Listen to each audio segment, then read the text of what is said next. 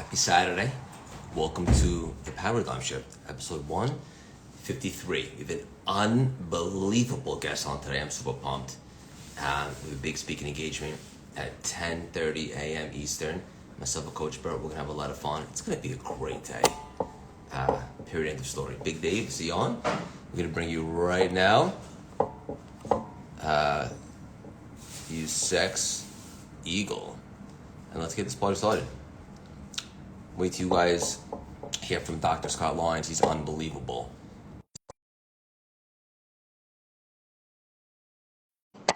Let us know how you guys are feeling in the chat. Ask any questions you might have. Dr. Scott, we're going to bring you on in lesson five. Super pumped. There he is. Good morning. What's going on, man? How are you? Fantastic. Where are you? I'm in my wife's office. Oh, wow. It's early here. Yeah. You like this time better moving forward? Yeah. I'm up. Nobody else is up. You can get your workout in and get started. Okay. I just said you text back. I don't know if you saw it. Maybe we'll keep the ones that we already have scheduled, and moving forward, we'll schedule this time. Yeah, I think this time does well. Okay. I'm going to see you a lot over the next couple weeks.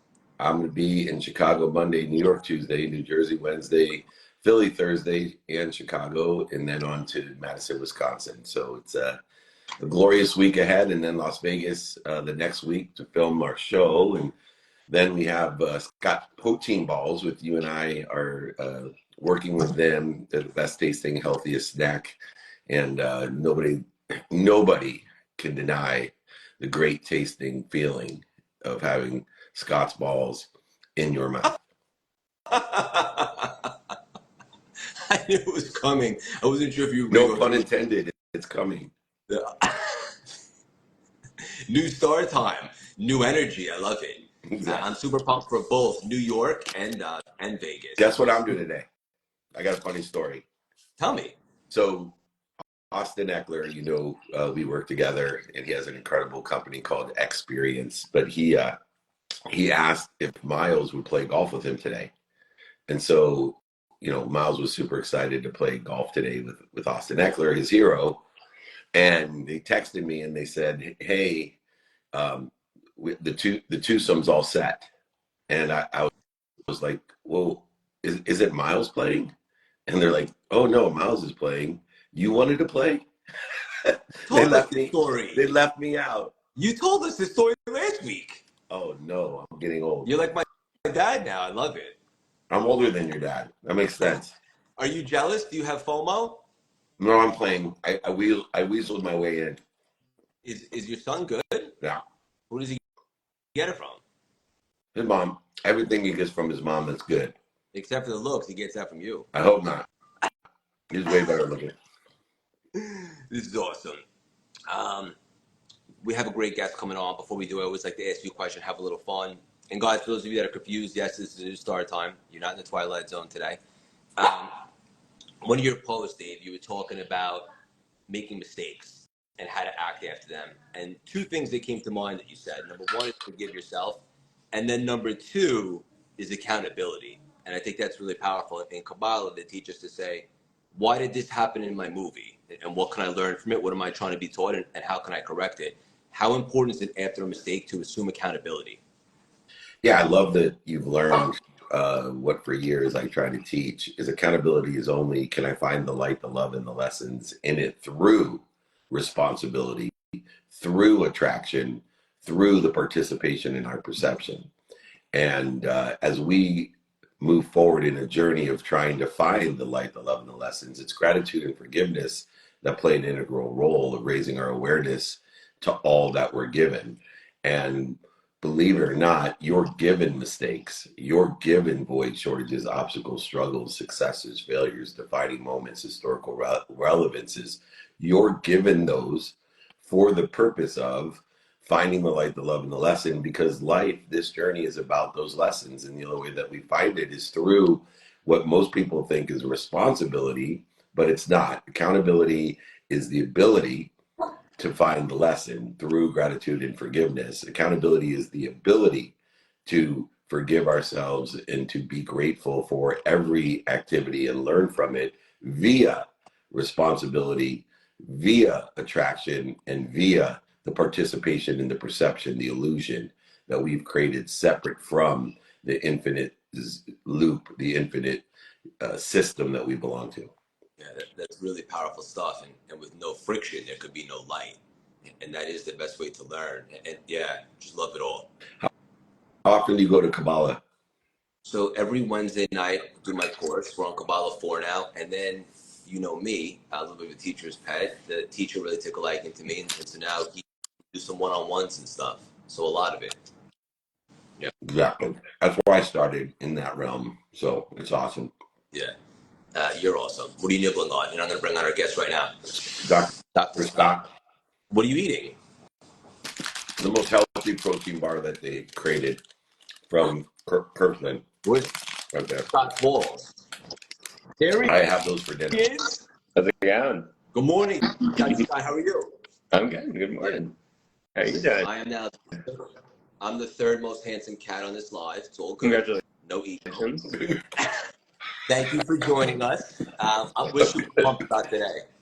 Where are you dialing in from? Where are you right now? I'm in Puerto Rico. Very nice. And what about you? You're in New Jersey? I'm in Manhattan. Manhattan. I just flipped it. Yeah, I'm in California. You're in California. Where in California are you? Right now, Orange County, San Juan Capistrano. See you tomorrow. Oh, there you go. Let's do it. Let's do this. I love it.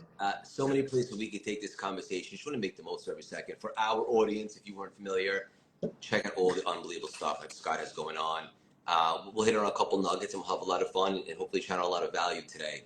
One of the awesome things that you talk about is the addiction to drama. In fact, you have an awesome book about it. So I guess the question of, is it a real thing? We already know the answer to it. But how can someone identify if that's them listening? And how can you begin to chart your path to healing from that? Yeah, it's a great question. I mean, no one's going to just full on admit it. Like, yeah, I'm addicted to drama. It's much easier to be like, that's my sister, that's my brother, that's my best friend, that's y'all. So it's more of a question that we have to turn around and ask it a little more softly. Like, how am I perhaps interrupting my own peace, getting in the way of my own ease? And those are kind of easier questions of like, have you ever sat in meditation? Have you ever gone to somewhere kind of chill and relax and found your self thinking a lot and creating stories a little bit? Like, have you ever sat in it? Like, this is a big story for me. Like, one of the ways I noticed my own addiction to drama, I was in a yoga class and I just kept making up fights with my ex in my head. And I'm like, here I am in this great opportunity to chill out, like get some wellness in, and I am creating conflict. I am creating chaos in my own mind. And I started even noticing that in all the other places in my own life of where was I preventing myself from having settling, ease, more peace. And that's a more accessible way in, because we all do it.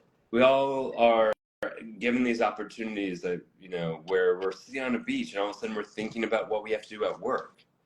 And we might think of like, oh, that's just the action of mindfulness. But underneath that is the actual physiological process to which we are creating more of a stress response in our own body.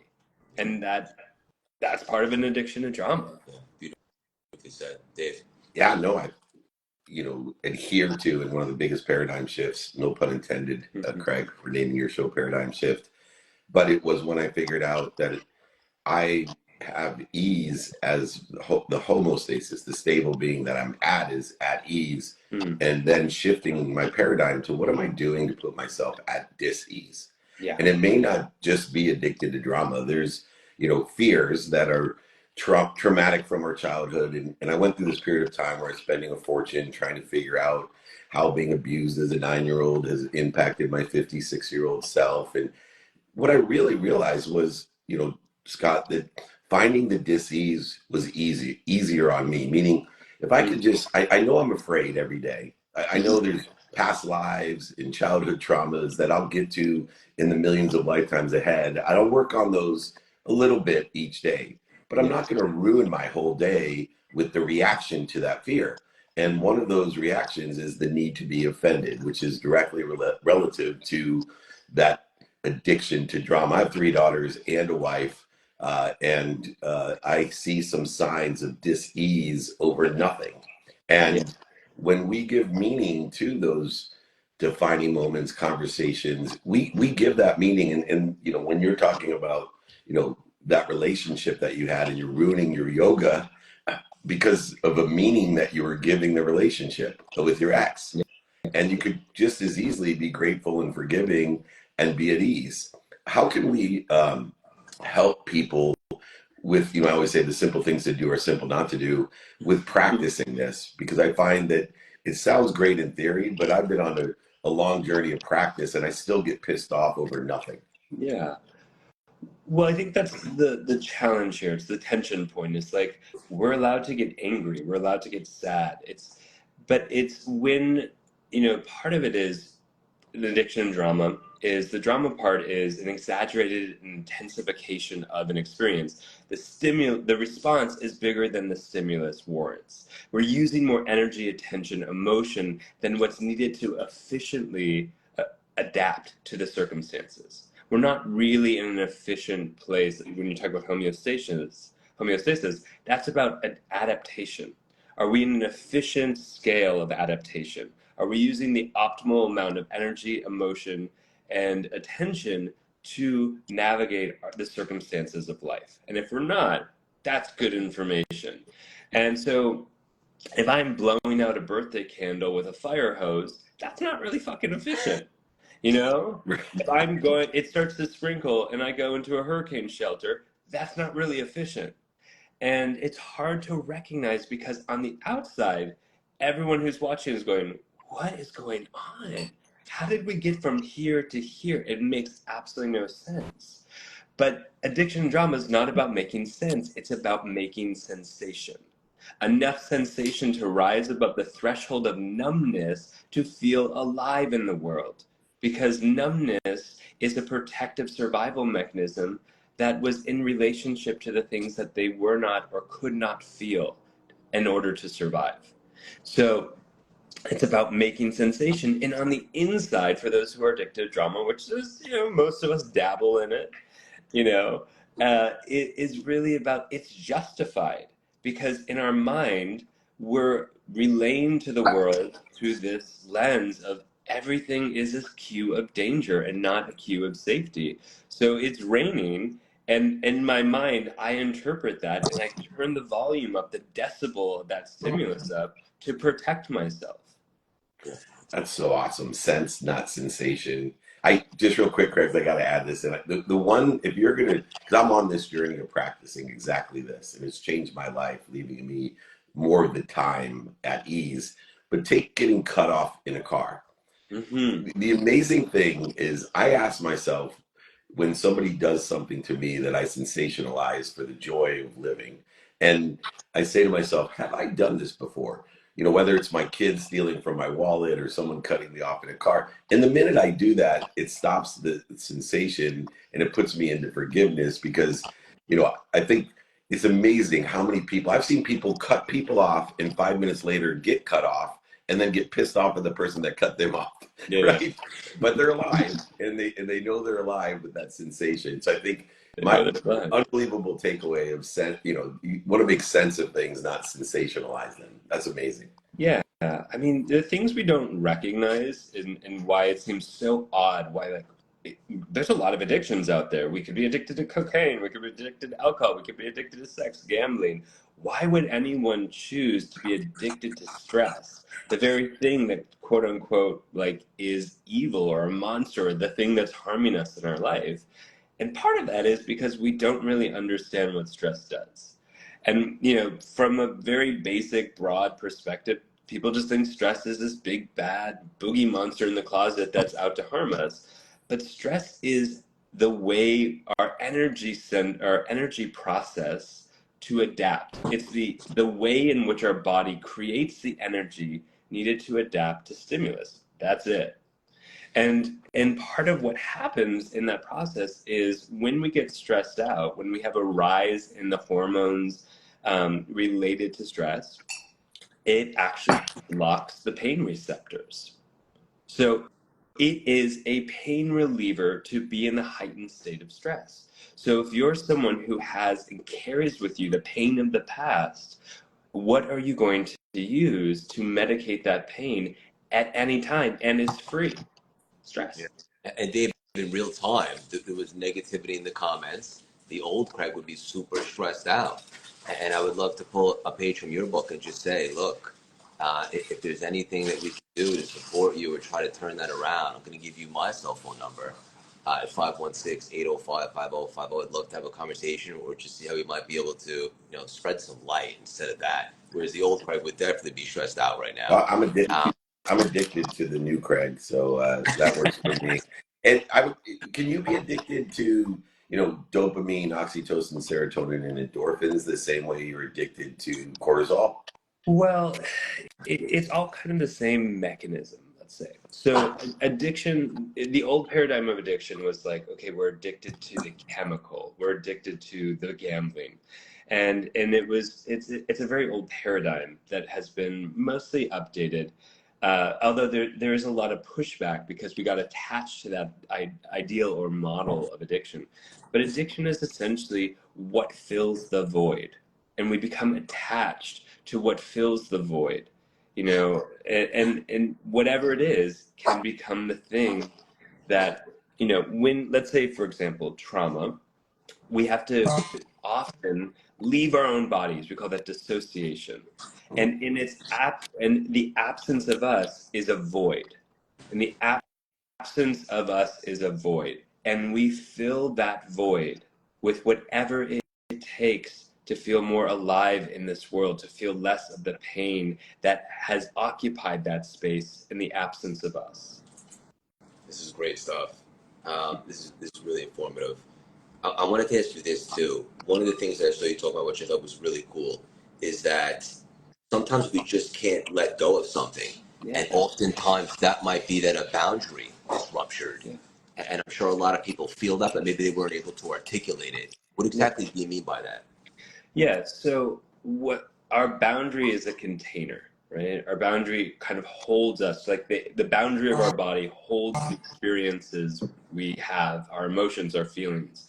And when there's a boundary rupture, there's literally a sense of a lack of space or holding or containment.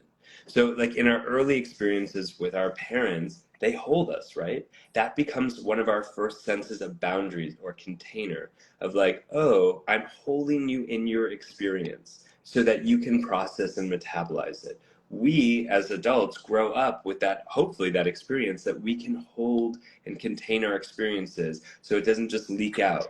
If you have a bottle of water, you can drink the water. Without the glass, it just leaks out. And it can't be contained, and we can't drink that water and get its important nutrients, right? Same thing with our emotions. If there's a boundary rupture, literally a disbursement of the container that holds our experiences, that helps us organize our experience, then we're fucked. We can't process it. We can't metabolize it. We're not here. We're not organized to metabolize it. And so that's the dangers of a boundary rupture. And so many of us have had deep, attachment or developmental trauma, which is boundary ruptures, which is when someone interrupts our own sense of agency or power or control. Dave, that resonates? Yeah, and in the context of that agency, that we not only validate ourselves through others and other things, but I think that also becomes part of the cause of that addiction, as we're validated by a certain person, or by winning a hand of poker, or by an 8-ball of Coke, or whatever it is. That validation, there's a gap, and it's exacerbated with social media. And especially I want kids to kind of think about this idea of who I truly am, and be validated by self, and then what I want people to think I am. And this is, I think, intrinsic in that addiction, that when we attach our emotions to other things that validate us, we now have given away our complete self. Yeah. And then we become addicted to that because that's our identification, and it completely aggregates on itself and gives us this exponentiality of validation. Yeah, especially, I totally agree. And especially, again, if we had to get out of our own lives or out of our own bodies in response to trauma, and we experience the world as a victim, that we're a victim in it, that the world is coming at us as opposed to we're part of the world, then it's really hard to give up that identity. And that's part of the addiction, like you're saying. It's like if we feel and perceive the world that it is harming us, even if we heal some of the past trauma that hurt us so bad, we still might be in the paradigm, the perception that we are a victim to the world. And that's its own process of healing, and willing to like give up that part of our identity of who we are. Dave, you love that word perception.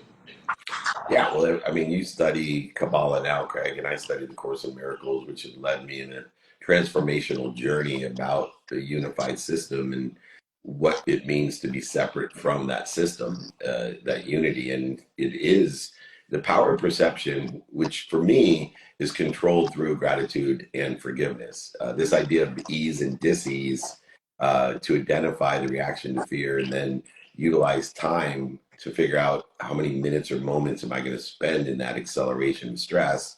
Comparatively, how quickly can I get back to ease? And so it's your perception. You know, I have lived an amazing and horrible life, but all I tell people is say, "How are you?" And I'll say, "Amazing's an understatement," because that's the meaning I've given it. I lost over $100 million. I had to tell my mom I lost her house when the only reason I wanted to be rich was to buy her a goddamn house.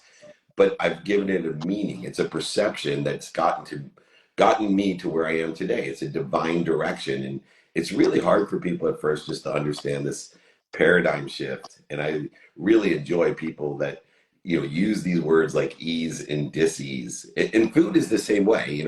So many people are addicted to food, but they don't understand food's here to put us at ease. And unfortunately, systematically, we're put at dis-ease so much of the time. What used to be medicinal is now dis-ease. And this is just one small part of the paradigm shift that can change everything in your life, the meaning, the perception that you give it, Craig. Divine direction. That was really beautiful. Yeah. That's faith. Yeah, yes. We'll land the plane with this one. Dr. Scott, this is awesome. So many nuggets. Thank you. Yeah. A lot of times you talk about becoming untrapped in your thoughts. And I think that's really beautiful. And I think that a lot of people are trapped in their thoughts and don't realize it. What's the deal with that? And what is a tangible step someone could take to become untrapped in their thoughts? Yeah. I mean, part of the entrapment in our thoughts is, I like to ask, what is it doing for us? So is it revving me up, giving me some energy, protecting me from feeling my own feelings, avoiding some pain? And so that's that. Sometimes we go directly to like, how do we address the thoughts that are on that hamster wheel? That's an approach. Sometimes it's that's just naming it as thought, and then going, what's under the hood of the thought? What's happening in my body? What am I possibly avoiding in my experience in my body that thought is helping me distract myself from? And just to parallel that, intention, we talk about what are you paying attention to. In your book, you talk about this idea. And for me, what I've derived from that is it's not just the thoughts, it's what are you doing? What are you saying? What are you thinking? What are you believing? And what are you feeling? And those 5 levels of intention equal the coincidences, consequences, results, outcomes. But even worse, one of the things I picked up on, it actually determines beyond outcomes in your life, your future. And it actually you talked about that divine direction, Craig. You're giving a prescription for your future. It's the GPS of your future. And when you can utilize Scott's book and other mechanisms and modalities to change your intentions with what you're focused in on, you can reduce, dissolve, maybe even dissipate the addiction to the cortisol, the dis-ease in your life. And drama is absolutely one of those sensations that causes that cortisol addiction that I have learned more about today again. So what a blessing. Can't wait to do more with you, Scott. anything, anytime. Give me a call when you're out here. We're Yeah. traveling all over. This was really special. Under the hood of the thoughts, this was beautiful. Dr. Scott, hang on for 1 sec. I want to give the opportunity for the audience to connect with you. Dave, how can everybody connect with you right now? You have some VIP dinners coming up. How can everybody support Yeah, and get involved? we'll be in Chicago Monday, New York Tuesday, New Jersey Wednesday, Philly and Chicago on Thursday, Madison, Wisconsin on Friday and Saturday. So we're doing meetups, VIP dinners, masterminds. I get to speak it, and hopefully Craig will come with me. I'm speaking in Einstein's lab at Princeton. Einstein's one of my heroes. So come and join me. If you want to join me, just email me is the easiest way, david@dmeltzer.com. And that one person that's at dis-ease with his negativity, I'll offer up. Email me.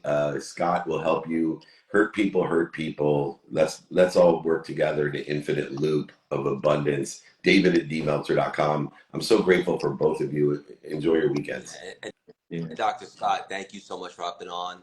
What's the best way for everybody to get involved? Obviously, the book, it's over. What are you most excited about? Yeah, you can find me on socials at Dr. Scott Lyons. My website is drscottlyons as well. And I have a lot of programs and workshops and events coming up on the Body Lab. And yeah, join us. It's a lot of fun. Thank you so much for your unbelievable resonance, your great energy. Both of you, love you guys. Enjoy Puerto Rico, and we'll chat later on, guys. Have a good Take weekend. care, guys. Nice seeing you. Take care. Thank you. Bye, guys. Bye. What an awesome conversation, guys. Big Dave, thank you as always.